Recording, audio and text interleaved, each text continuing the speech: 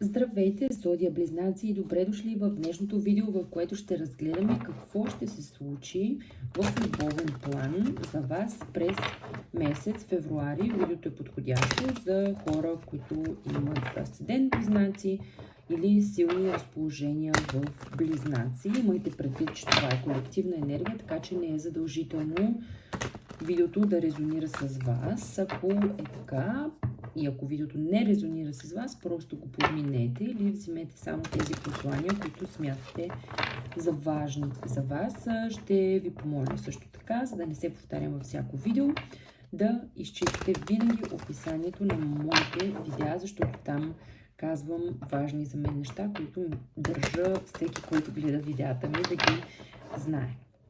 Хайде да видим какво ще се случи на Зодия Близнаци през месец февруари. Какво ви очаква в любовен план. До сега всичките общо взето четения, които направях, не бяха за зодиите за месец февруари, не бяха толкова позитивни, така че ми се иска най-накрая нещо позитивно да излезе. Нека да видим.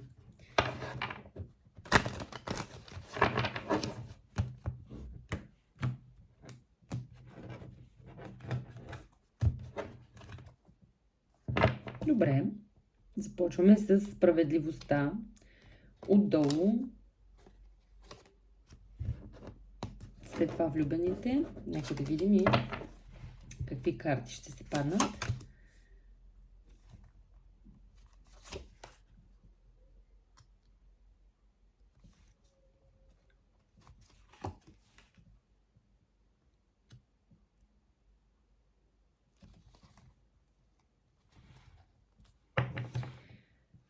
Паднаха се доста карти от голямата аркана. Виждам тук един мъж, който е доста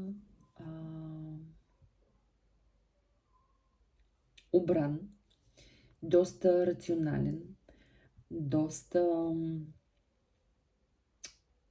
аналитичен, доста умерен.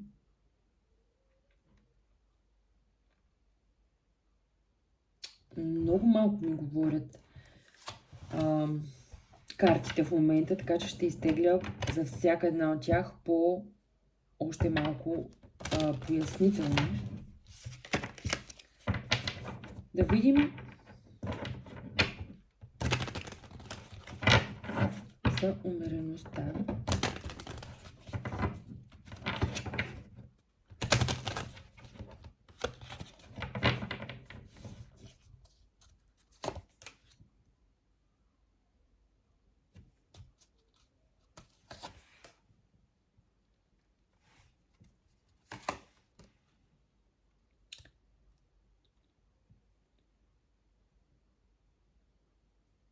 Така. Добре. Нека да помисля малко.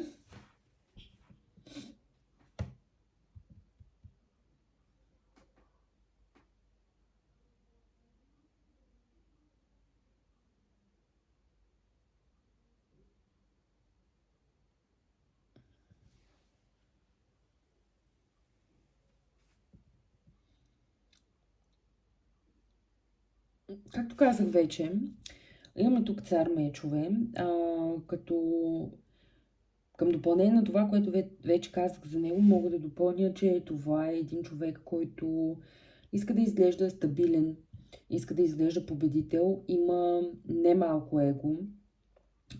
По принцип е човек, който иска стабилни взаимоотношения, иска семейство, иска щастливо семейство, но начинът, по който го показва, е малко по-така завуалиран. Може би този човек е една идея по-студен,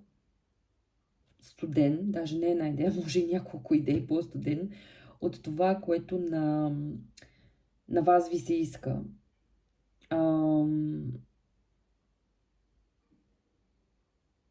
И вие постоянно този човек го анализирате, наблюдавате, любопитствате, чакате от него, имате една такава надежда, свързана с него, която най-вероятно е свързана с факта, че искате да видите малко повече от този човек като чувства, като емоция. Възможно е да не смятате, че това е справедливо, да смятате, че вие сте заслужили човек, който е по-емоционален, който повече показва, който така повече говори, действа, който е по-топъл като човек. И да усещате това като така една несправедливост, но не губите някакси, не губите надежда, въпреки че го гледате, го наблюдавате и не знаете точно какво да мислите за този човек. Не губите надежда, че той може да се превърне в това, което вие очаквате или това, което вие искате. По картите, които ми излизат, аз смятам, че този човек дълбоко вътре в себе си е човек, който може да ви предложи стабилни взаимоотношения и стабилно семейство. Смятам, че това е така доста умен и интелигентен човек с голямо его, но въпреки това той е стабилен и той няма някакви така лоши намерения към вас в никакъв случай.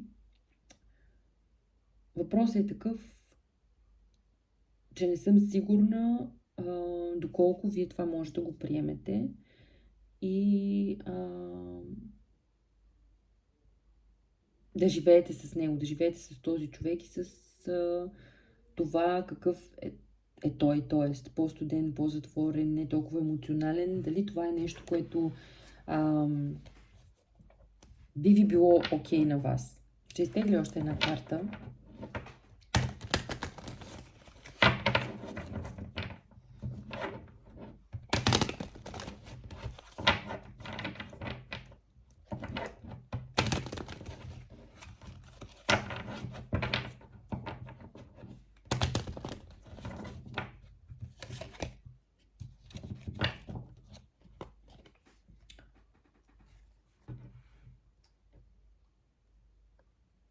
Това може да е човек, който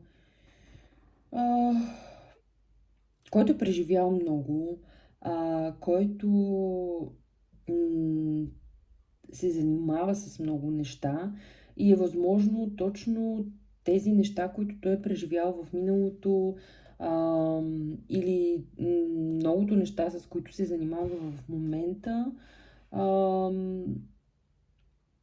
да са причина той да бъде такъв, какъвто е, но аз не смятам, че той цялостно е лош човек. Вече опира до вас това, дали вие може да си представите бъдеще с един такъв човек, дали бихте направили компромис с неговата студенина, с това, че той е една идея по-далечен, защото, пак казвам,